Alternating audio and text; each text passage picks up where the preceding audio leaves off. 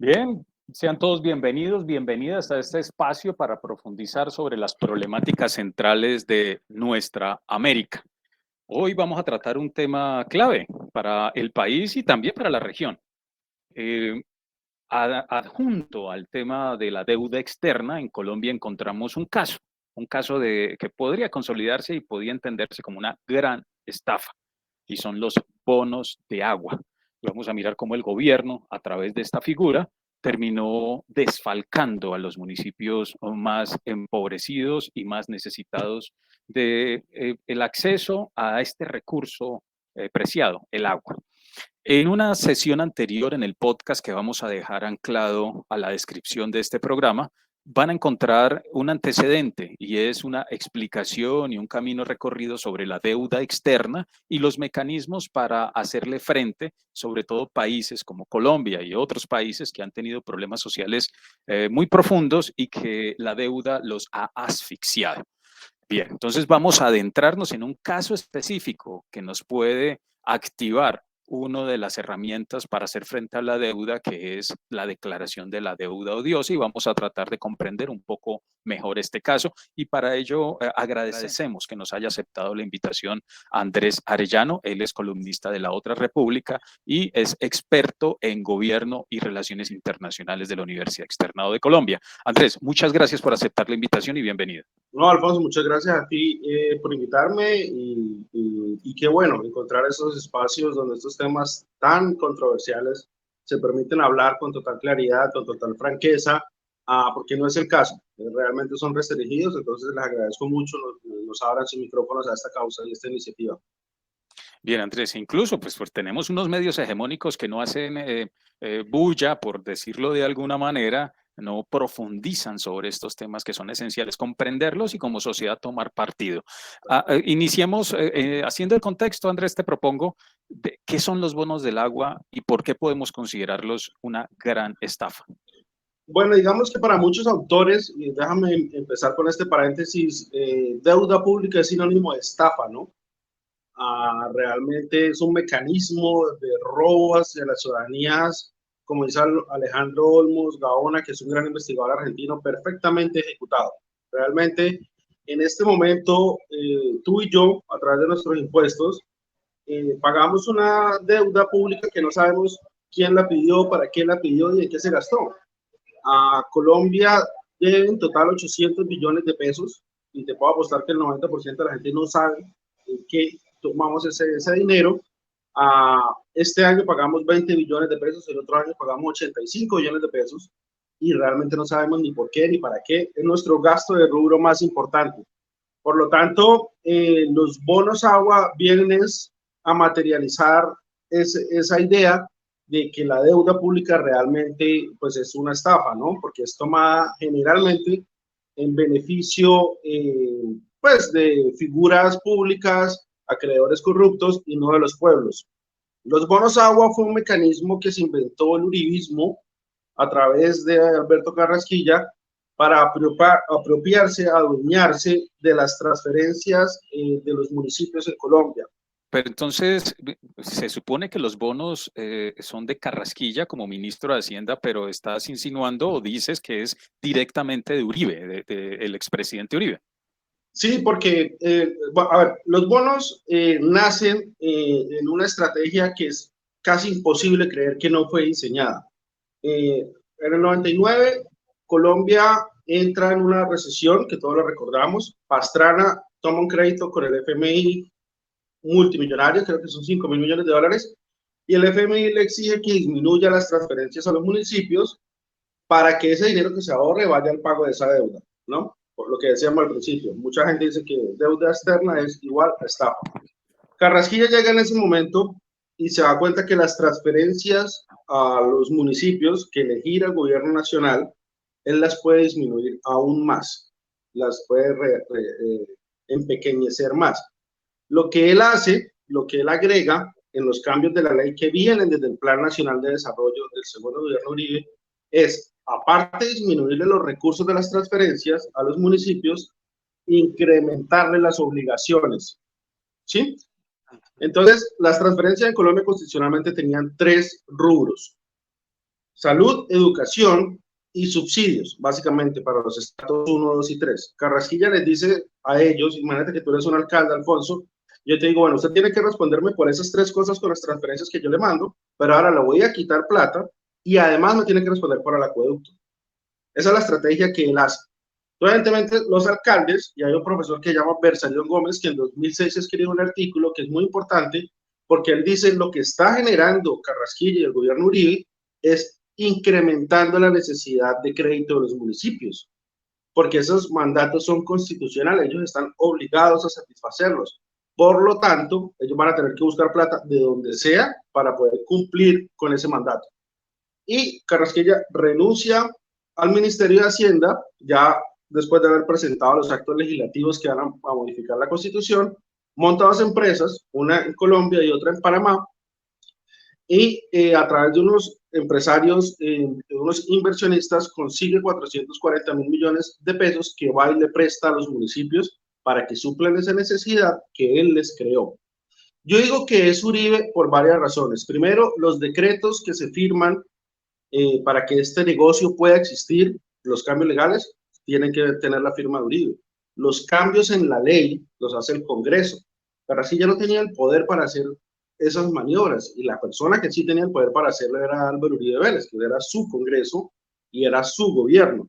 Entonces creo que es el uribismo ejecutando este plan a través de él. Tal vez él se lo ideó, tal vez él lo soñó, tal vez él lo estructuró, pero él no tenía la fuerza para ejecutarlo en la magnitud de lo que fue. Pues es que estamos hablando de un cambio de la Constitución para tú poder hacer un negocio. Es una captación del Estado en términos jurídicos, y una captación del Estado es algo que casi siempre recae en el presidente. Entonces, por eso acuso a que Uribe es el hombre detrás de este fenómeno.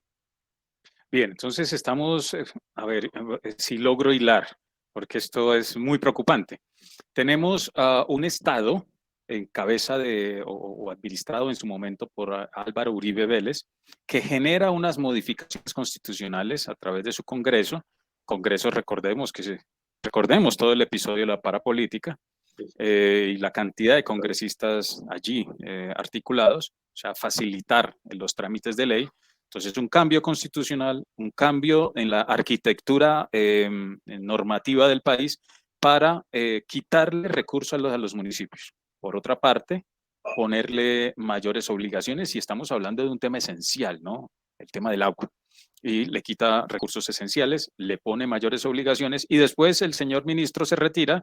En Panamá, recordemos todos los escándalos de los Panamá, los Panama Papers y los etcétera. O sea, todo me va cuadrando, ¿cierto? Y genera un negocio. Hablemos de ese negocio y hablemos de qué estamos hablando, es decir, cuál es la profundidad del daño, cuáles municipios, si los municipios ya tienen al menos acceso al agua o no lo tienen después de tantos años, y hoy cómo siguen pagando, qué es lo que siguen pagando y cómo se sigue desangrando después de tantos años el recurso público de los municipios más empobrecidos. Sí, digamos es evidente que es de los negocios más empobrecidos, es de los municipios más atrasados, si puedo usar ese concepto tan horrible, porque el negocio se monta para construcción de acueductos. Evidentemente son los municipios más pobres los que no tienen acueductos, ¿sí? Tú no puedes llegar a Bogotá a ofrecerle un acueducto, pues porque Bogotá tiene su acueducto. Pero municipios como Barranco Loa, Palmar de Varela, que son municipios pues, de categoría 6, no han podido construir esos acueductos y ahí es donde llega Carrasquilla con esta imposición. Hay ciudades más o menos grandes, Valledupar es una de ellos, bueno, Buenaventura tiene el mayor crédito de los bonos agua, pero en general fueron los municipios muy, muy pobres y escasas capitales, o sea, son municipios de las veredas en general. Bueno, el negocio básicamente pasa así, o sea, Carrasquilla dice que él siempre ha insinuado que él se va del país por una emergencia familiar, que es al parecer la enfermedad de un hijo. Pues, claro, sobre eso pues, no tenemos ninguna opinión, pero es muy coincidencial que en esa enfermedad del hijo, al parecer el hijo se enfermó en Panamá porque en ese viaje pues él fue y construyó una empresa en Panamá que se llama Navenvi, que la construyó un mes antes de que la ley que permitiera la pignoración de los recursos fuera ya firmada por el Congreso. Porque ese es el tercer gran cambio constitucional que se hace, y ahí sí me excuso porque no lo dije en la primera parte. el tercer gran cambio es que él le permite a los municipios decirles, con el recurso de las transferencias al agua, usted los puede ignorar. Eso no se podía hacer antes en el país. Ignorar es como una libranza que hace sobre una pensión. Si tú así pides un crédito, le dices a la empresa de libranza, de mi pensión usted me descuenta para pagar el crédito. Eso fue lo que él permitió a los municipios. Les dijo, ustedes pueden ir como municipios a un banco, a quien sea, pues él lo estaba diciendo, pero era a él mismo, y pueden ir y decir, de las platas de las transferencias que le llegan de agua, me cobran la deuda. ¿Sí? Ese fue el tercer gran cambio que él hizo. Él monta la empresa en Panamá que se llama Navenvi un mes antes de que esa ley se ejecute. Y en marzo del 2008, en Colombia, monta Configura, que es otra empresa.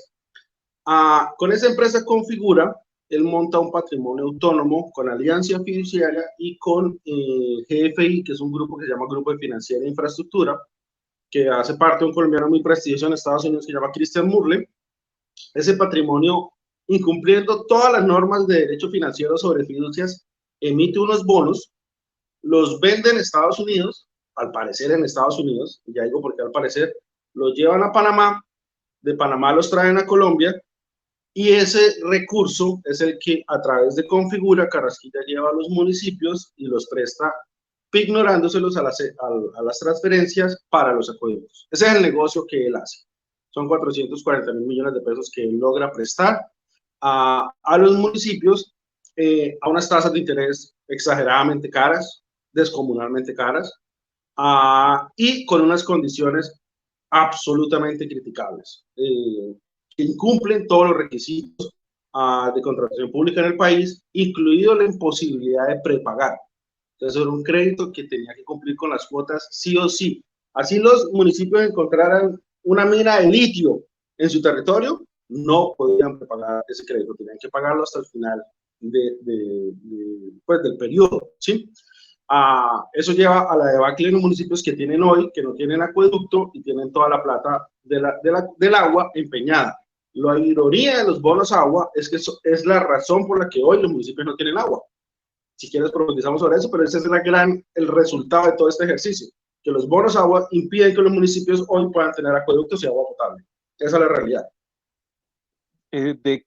¿De qué porcentaje hablamos de esos municipios que hoy accedieron a esta gran estafa y que no tienen agua?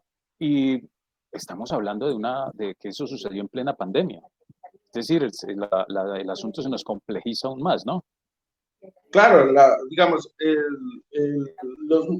cuando hablamos de los bonos agua, hablamos entre 2009 se emitieron los primeros contratos, o sea, los primeros créditos hasta el 2011-2012. Lo que dices de la pandemia sí es muy importante porque en ese escenario varios alcaldes, o sobre todo pues, tenemos conocimiento de uno en especial que es Palmar de Varela, le pide al gobierno Duque que le condone la deuda y él le cierra la puerta en la cara básicamente.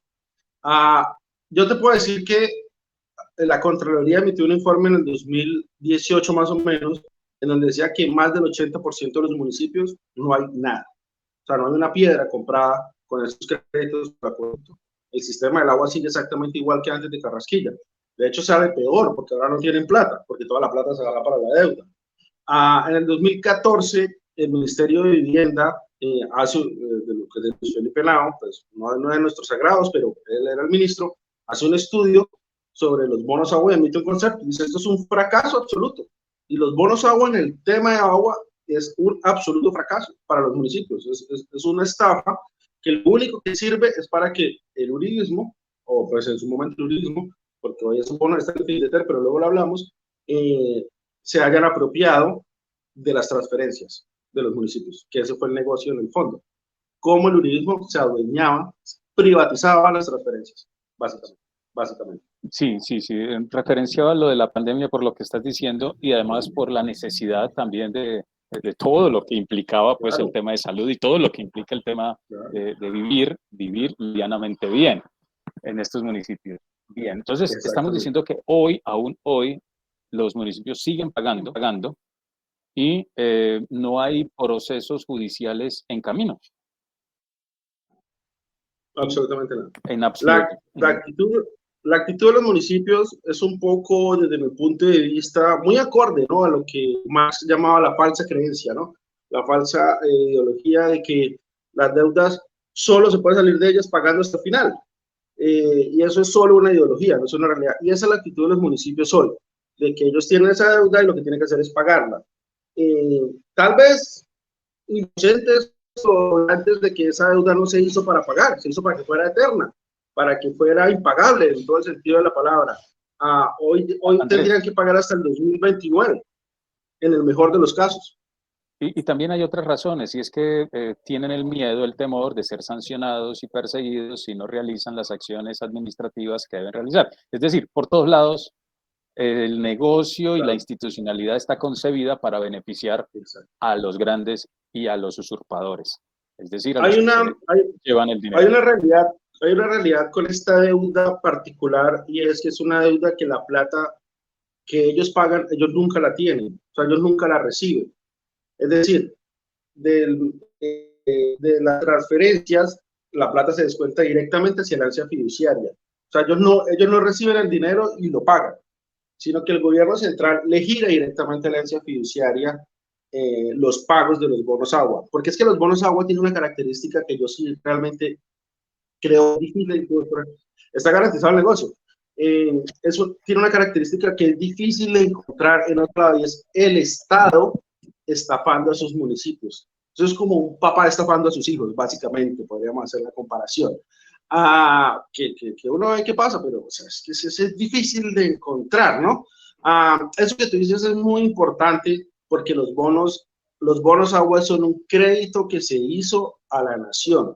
Es decir, nos puede gustar, lo podemos matizar, pero los bonos agua los pagamos todos los colombianos, no esos municipios, porque tienen transferencias. ¿Que iría dirigido a ellos? Claro que sí, pero los pagamos por nuestros impuestos. Yo creo que el 99.9% de los colombianos preferiríamos que nuestros impuestos se fueran a agua de los municipios más pobres que a mano de unos banqueros, que en este caso pues hay una controversia y luego la hablamos. Desde otro punto de vista, que tú dices que son muy seguros, es importantísimo, y déjame decírtelo. Los bonos agua tienen una característica muy atípica en el mercado de capitales, en el sistema financiero, porque cualquier persona sabe que en el mercado de capitales, si tú inviertes en algo que tiene una posibilidad de mucha ganancia, pues tú sabes que corres un alto riesgo. Es como la regla tácita que tenemos. Las criptomonedas, por decir algo, tú sabes que puedes ganar toda la plata del mundo, pero también hay altas probabilidades de que lo pierdas todo. Los bonos agua, no. Los bonos agua son un negocio tan bien estructurado que tú sabes que va a ganar mucho dinero, pero al mismo tiempo estás seguro porque le estás prestando a la nación colombiana, ¿sí? Y sin embargo, Alfonso, imagínate ese santo grial de las finanzas, del mercado financiero, ¿no? Ese tesoro ahí disponible para todos, y todos los bonos agua, absolutamente todos, tienen la firma de Alberto Carrasquilla. O sea, él tiene un monopolio sobre ese asunto. En un mercado competitivo, claro, regulado como el colombiano, pero es competitivo. O sea, esos bonos los pudieron haber conseguido otros inversionistas, ¿sí? Otros bancos, o sea, otra gente pudo haber hecho ese negocio, y todos son de Carrasquilla. El 100% de los bonos son de Carrasquilla. ¿Por qué? Porque ellos cambiaron la ley, porque ellos sabían dónde estaba el truco, porque ellos sabían dónde estaban las transformaciones del Estado. Es una captación del Estado clarísima. Si solo él los usó, los pudo hacer, fue porque solo él sabía cómo hacerlo, y pues fue porque él fue el que cambió la ley para eso. Andrés, estamos hablando de muchísimo dinero y de la afectación a los derechos fundamentales de las personas, y las personas más empobrecidas o de los lugares más apartados. Lo que lo hace inmoral, lo que lo hace aún mucho más inmoral y mucho más preocupante. Pero hay otro asunto. Nosotros hablamos de una alianza, y este es el ejemplo claro entre criminalidad, empresa y Estado, porque estas regiones también están marcadas por la presencia del paramilitarismo. ¿Tienes información si hubo presión del paramilitarismo para que los alcaldes firmaran estos negocios nefastos? Sí, de hecho hubo un poco de todo. Es decir, a ver, cuando yo te contaba, el dinero vino de Estados Unidos, es lo que ellos dicen, llegó a Panamá y aterrizó en Colombia. La gente, es lógico preguntarse ¿por qué esa vuelta? O sea, si tú tienes algún familiar en Estados Unidos y que Colombia es un país grande de remesas, todo el mundo sabe que si quiere que le manden plata a Estados Unidos, pues la mandan de Estados Unidos para acá, ¿sí? Si tú la mandas hacia otro país, pues tiene un costo financiero adicional. Entonces, cuando a Carrasquilla le preguntan por eso, él sale con unas respuestas bastante controversiales.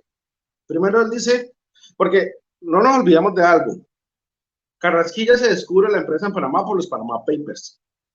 Si los Panama Papers no hubieran salido, nosotros nunca hubiéramos sabido de Navepi, la empresa que tenía en Panamá, con Andrés Flores, que es un subalterno de él en el Ministerio de Hacienda, y con Lía Hernán Sierra, que es otro subalterno de él en el Ministerio de Hacienda. O sea, es que él sacó la gente del Ministerio de Hacienda para montar este negocio.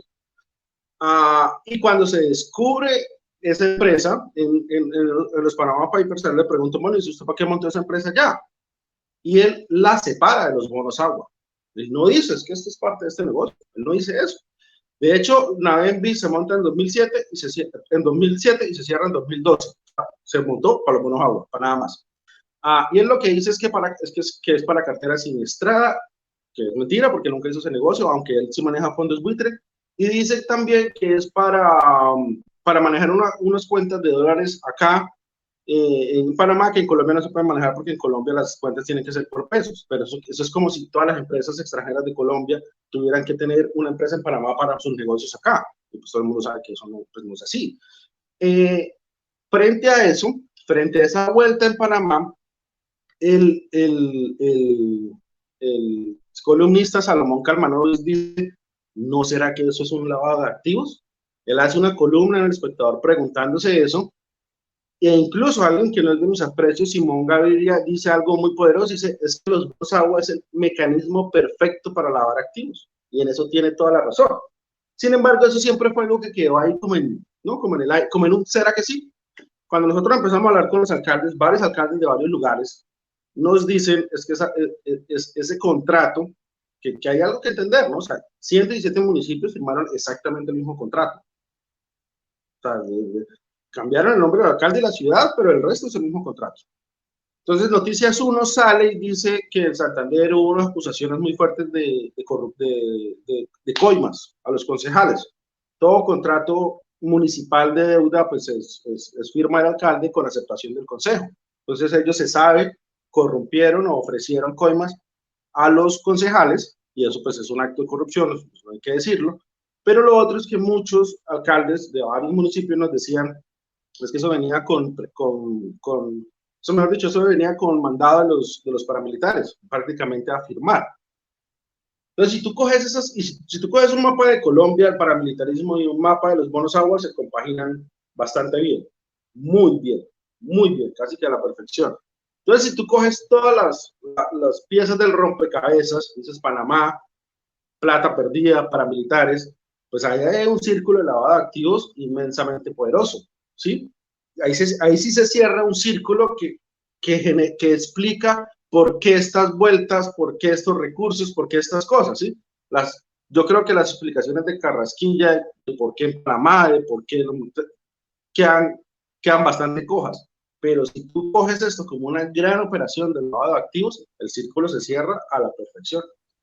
Incluso puede ser, esto sí es una especulación 100% mía, registra esa deuda, no se sabe qué se hizo con ella. Haya terminado en manos de los paramilitares, pues bastante posible. Y tú lo dijiste, ¿qué congreso era el del 2007? Claro, todas las fichas van cuadrando. ¿Podríamos decir que Carrasquilla es el perfecto ejemplo del sicario económico? Sí, digamos que sí, en el sentido de que toma la deuda para explotar a los pueblos, digamos sí, en el sentido de que lo pone John Perkins, pues sería un colega suyo, digamos, de la misma área, Manuel el mismo oficio, digamos, Carrasquilla sería un ingeniero civil y el otro un ingeniero químico, por decir algo, pero son de la misma escuela, en el sentido de que toman la deuda para explotar a los pueblos. Claro que sí, digamos, en ese sentido, ese título creo que le quedaría bastante bien a él. Bien, antes de pasar a nuestro último bloque, y es qué hay que hacer, cuáles son las medidas que se pueden implementar, cuáles son las figuras que se pueden activar y que debemos activar como sociedad para, por lo menos en este caso, retrotraer los efectos y tratar de recuperar lo que se pueda recuperar y mínimamente hacer justicia. Para cerrar ¿quiénes serían, si los ponemos en nombres, como los empresas? Ya has mencionado algunas personas, pero las empresas y personas a las cuales hay que señalarlas directamente como responsables. Bueno, una empresa que todo el mundo conoce es Alianza Fiduciaria, que es al día de hoy quien recibe los recursos, es la empresa fiduciaria que maneja esto. De hecho, a ella es la que cubre los municipios y demás. El Álvaro Uribe Vélez, por supuesto, eso no cabe la menor duda. El señor Christian Murle, que de hecho, pues, hizo cenas en honor a Duque constantemente en Nueva York.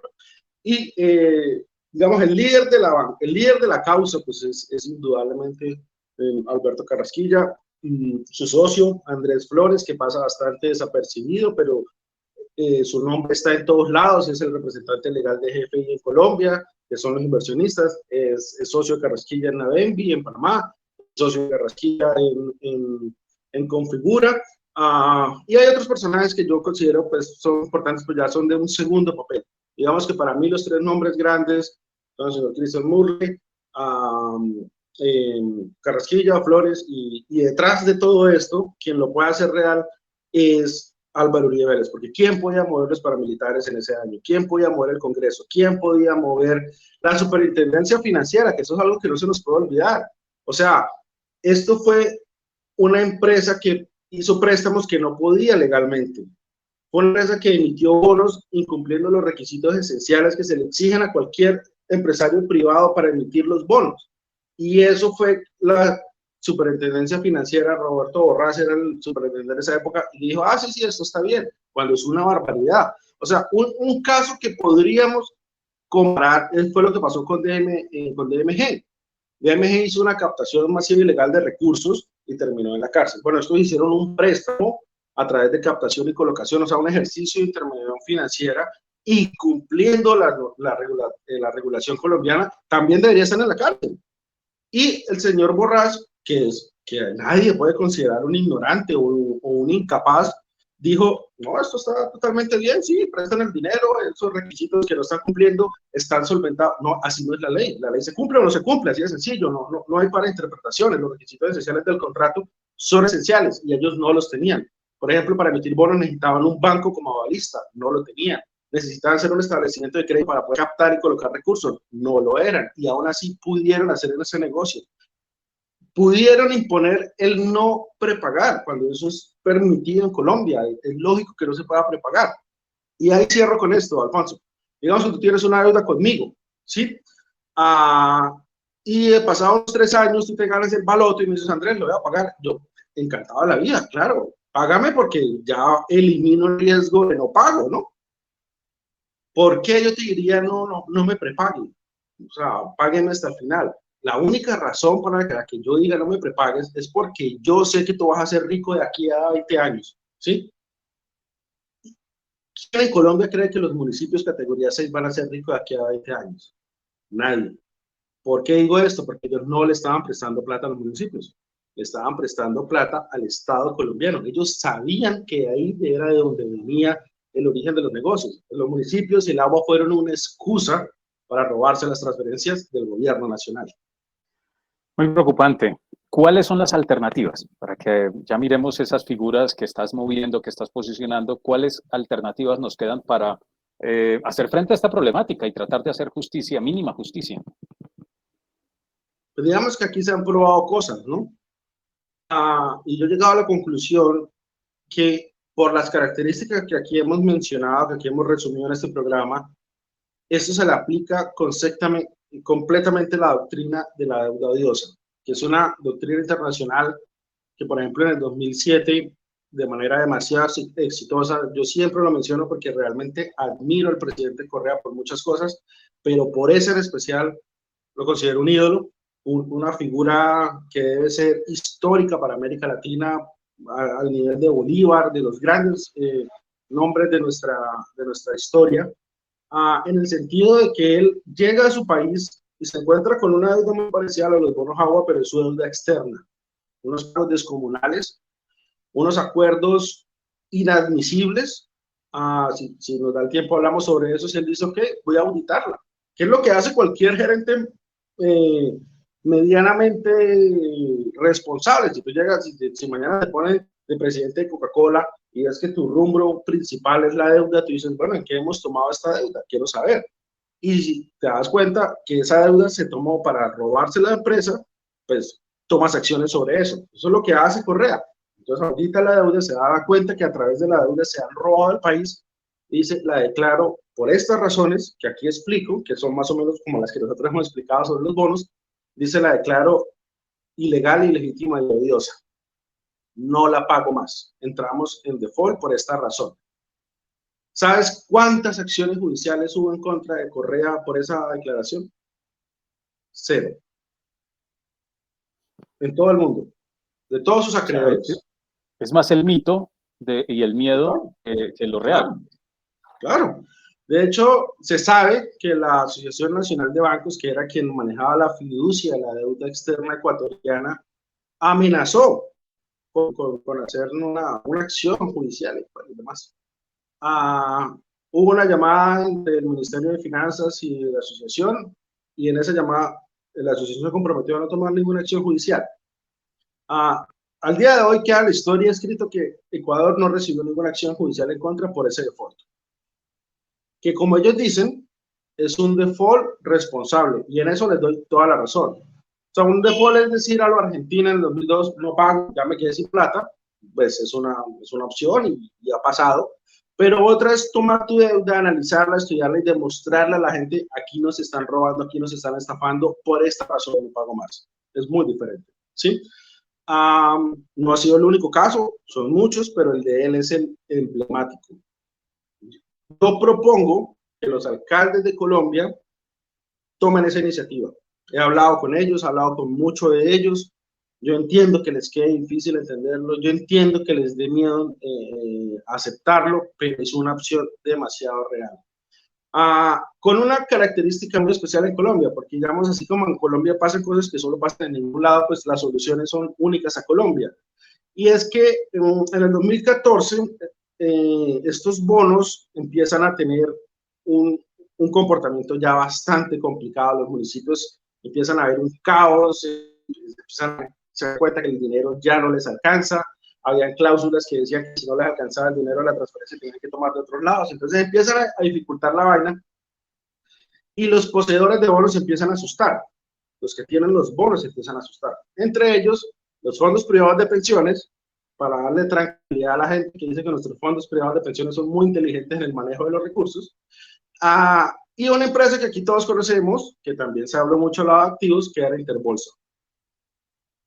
Ellos eran los poseedores de esos bonos. De hecho, los bonos son una de las causas por las que Interbolsa pues empieza su camino a la quiebra. Y el gobierno Santos lo que hace es salir y recuperar esos bonos, o sea, los paga a precios altísimos a sus poseedores. Eso que es una barbaridad, porque cuando tú tienes unos bonos, digamos, ¿por qué ellos lo hicieron a través de los bonos? ¿Sí? Yo tengo la especulación, y creo que se sostiene, de que ellos lo hicieron porque querían especular en el mercado secundario. Es decir, cuando tú tienes un bono tan valioso como los bonos agua, que son altamente rentables y altamente seguros, pues luego tú lo puedes salir a vender al mercado con una prima de ganancia bien interesante. Lo que pasa es que en el 2014, cuando eso se empieza a volver un caos, pues la gente dice, nosotros, los banqueros son inteligentes, ellos dicen, nosotros sabemos lo que se hizo para sacar esos bonos, y esto estaba como un caos, no nos interesa, en el mercado secundario estaban muertos. Entonces, si tú tienes un bono que nadie te quiere comprar, tú tienes un papel, no tienes más, ¿sí? Entonces, en ese momento, el gobierno Santos, a través de Vargas Lleras, le pide a Findeter que compre esos bonos a un precio nominal, es decir, al precio que en el papel dice. Creo que la compra total fueron 590.000 millones de pesos sobre 440.000 millones que fue la deuda, o sea, dio una ganancia, lo rescató. Eso fue una barbaridad. Ellos hubieran aceptado 10.000 millones de pesos por todos esos bonos, porque esos bonos estaban muertos, porque ellos ya estaban presentando mucho caos. Independiente de eso, esos bonos quedaron en manos de Findeter, otros del Banco Agrario, unos pocos de la vivienda y de Colombia, y anoche nos enteramos en el programa que tuvimos que unos en Itaú también. Pero en general están en el sector público. Es decir, cuando el 7 de agosto Petro se posicione, él va a ser el dueño, por decirlo así, de esos bonos. Por lo tanto, lo que le estamos diciendo a los alcaldes es que levanten la demanda y se la entreguen a Gustavo Petro, para que sea él quien condone la deuda. Dice, acepto esto y les condono la deuda, y a través de un decreto pues se eliminen los descuentos que se hacen a las transferencias. Hay un caso así, es el caso de Noruega en el 2006. Varios países frente a hacen una demanda frente a una deuda que se hizo de parte de Noruega, perdón, de parte de esos países, para construir unos barcos que al final terminaron incrementando la industria de Noruega. A Noruega les dice, les aceptamos la demanda, tienen razón, esa deuda no fue tomada en beneficio de ustedes, fue para pues, nuestros antecesores hacer crecer la industria noruega, se la condonamos, se las perdonamos y no nos tienen que pagar más, paguen. Hasta ahí llega. Nosotros queremos repetir ese ejercicio, que los municipios en conjunto se unan, sepan que tienen una causa en común, un problema en común, le entreguen la deuda, la demanda de nulidad por deuda odiosa al presidente, a que él la acepte y condone la deuda. Yo creo que sería, primero que todo, sería justo para los municipios, para la gente más pobre del país. Estamos hablando de 3.5 millones de personas más o menos. Sería justo para las finanzas públicas de estos municipios, o sea, a futuro. Sería necesario para que en esos municipios por fin haya agua, porque pues, es chistoso. Pero sobre todo sería importante para el país porque la doctrina de la deuda odiosa tendría un derecho positivo en Colombia y por lo tanto toda la deuda pública nacional podría obligarse de eso, es decir, de ahora en adelante los colombianos podríamos llevar nuestra deuda externa. Hoy lo podemos hacer, pero eso sería un paso más allá. Tendríamos ese concepto como parte ya de la realidad legal de nuestro país. Yo creo que la deuda externa colombiana es una barbaridad. O sea, es bonos agua por 10. Pero es algo especulativo porque no tenemos información sobre eso. Pero los bonos agua es una realidad que ya descubrimos, que tuvo un debate en el Congreso, que hubo una citación al ministro en el Congreso, que el país entero sabe que es una estafa, que es un chanchullo, como dicen. Por lo tanto, es una oportunidad maravillosa para hacer justicia en este tema que le ha costado tanto a estos municipios y que les ahorraría algo cercano a 500.000 millones de pesos, que es lo que todavía tienen que pagar para esta deuda. Bien, bien. Entonces ya tenemos una ruta y, como lo adviertes, quedaría un precedente y un presente valiosísimo para poder seguir profundizando. El tiempo es corto, pero igual seguiremos en otros programas profundizando sobre temas específicos que nos van a quedar como preguntas de este, ¿cierto? Y como para ir también cerrando, ¿cuál sería el llamado directo a Gustavo Petro como nuevo presidente? Bueno, y su ministro, pero a Gustavo Petro directamente, y también el llamado a las organizaciones sociales, porque ese es un tema que nos afecta a todos, pero curiosamente es muy poco sonado, y hay que elevarlo, hay que ponerlo en la agenda pública, en la agenda cotidiana. ¿Cuáles serían como esos dos mensajes? A Gustavo Petro y a las organizaciones sociales. Pues a Gustavo Petro, el primero que para mí es el más importante, es que esto es precisamente lo que está esperando el país, ¿no? Ese es el cambio que el país espera. Hay un adicional que a mí no me parece poca cosa, y es que los recursos que se recuperen para esos municipios, bien sea que se recuperen a través de una acción penal en una segunda etapa o que se eviten egresar, es decir, que evitemos que sigan pagando, no quedan al libre albedrío de los alcaldes, yo creo que eso es bueno. Quedan a las transferencias y por lo tanto ellos los tendrían que ejecutar en acueducto, y eso se me hace muy importante. O sea, esta demanda de nulidad tan particular en Colombia, porque Colombia es muy particular, tendría el efecto político, que a mí me parece importante, de darle a Petro eso, que sea la persona con un decreto quien realmente lleve el agua a los municipios.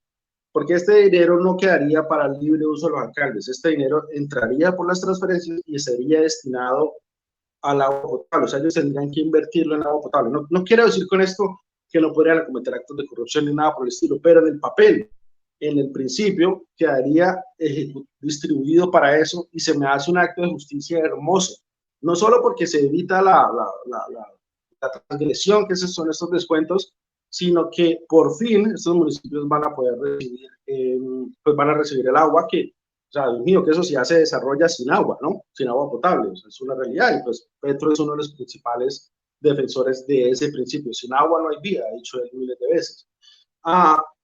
Los organismos sociales, a mí me parece muy importante, yo realmente soy un apasionado de la deuda externa como tal, pero me parece que llevar este papel y aplicar esta doctrina en los bonos agua pues tiene demasiados beneficios.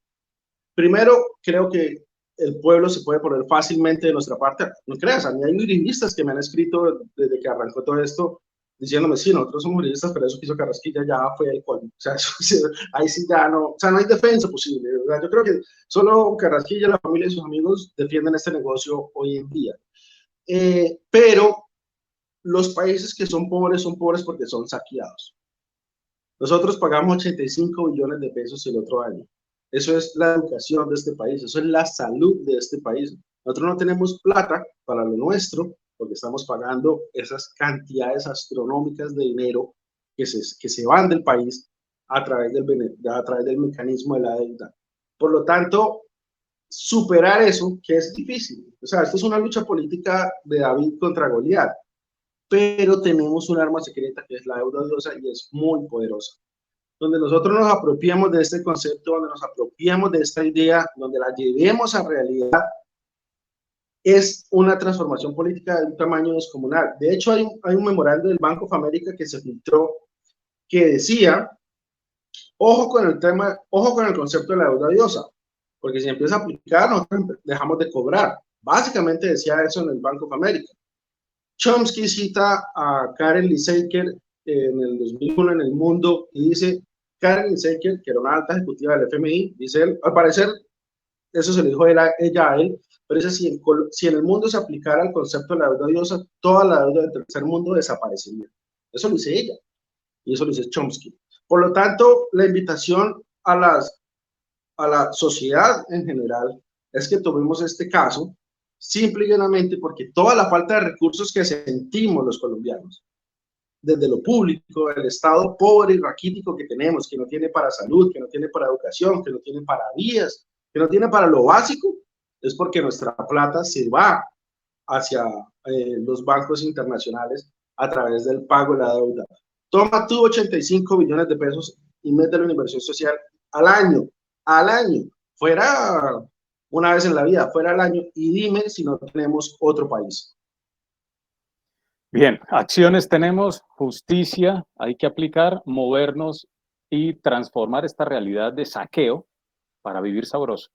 O sea que ahí tenemos una ruta de acción y tenemos que activarla. Les queda el mensaje para el presidente Gustavo Petro y queda el mensaje para las organizaciones sociales y populares, adueñarnos y poner este tema en nuestra agenda, en la agenda de luchas y en nuestras agendas de movilización. Andrés, muchas gracias por este espacio, te seguiremos molestando y bueno, a todos quienes nos ven y nos escuchan, nos estaremos encontrando en una próxima entrevista. Dale. Una invitación pequeñita. Yo me han abierto muchas puertas para estos espacios. Yo realmente quiero mantener esto en los espacios de información alternativo. ¿Sí? Ese es mi deseo. Y ese es por lo tanto, yo sí quisiera, en lo posible, decirle a la gente que vea este video que lo difunda. O sea, que no tengamos que recurrir a los medios tradicionales, a los medios del establecimiento, que no tengamos que llegar a ellos, que a través de nuestros mecanismos, que son inmensamente poderosos cuando nos unimos, hagamos que esta información se vuelva parte de la agenda. Y bueno, si el video les gustó, les agradó, que por favor, que hagan un esfuerzo grande de difundirlo, de compartirlo, para mantener esto como una causa social pura, sin llegar a los medios tradicionales, que han ignorado esto porque han querido, no porque no lo sepan o no porque no tengan información, es porque lo han querido. Pues pongamos nosotros la agenda, pongamos nosotros el tema en el debate público nacional y mantengámoslo en los aires que están, académicos, sociales, sin necesidad de recurrir a los grandes espacios. Para eso están las redes, para eso están los medios alternativos y bueno, ese es el sueño, que no salga de acá, pero que sea tan grande acá que pueda transformar el país. Sí, un llamado clave y es romper el cerco mediático, es también una acción política y para eso sí necesitamos que todas nos juntemos para poder hacer mucho más masivo este mensaje y que tenga una repercusión política concreta. Muchas gracias, Andrés, y muchas gracias a quienes nos observan, nos siguen y nos estaremos encontrando en una próxima entrevista para profundizar sobre los problemas centrales de nuestra América. Muchas gracias.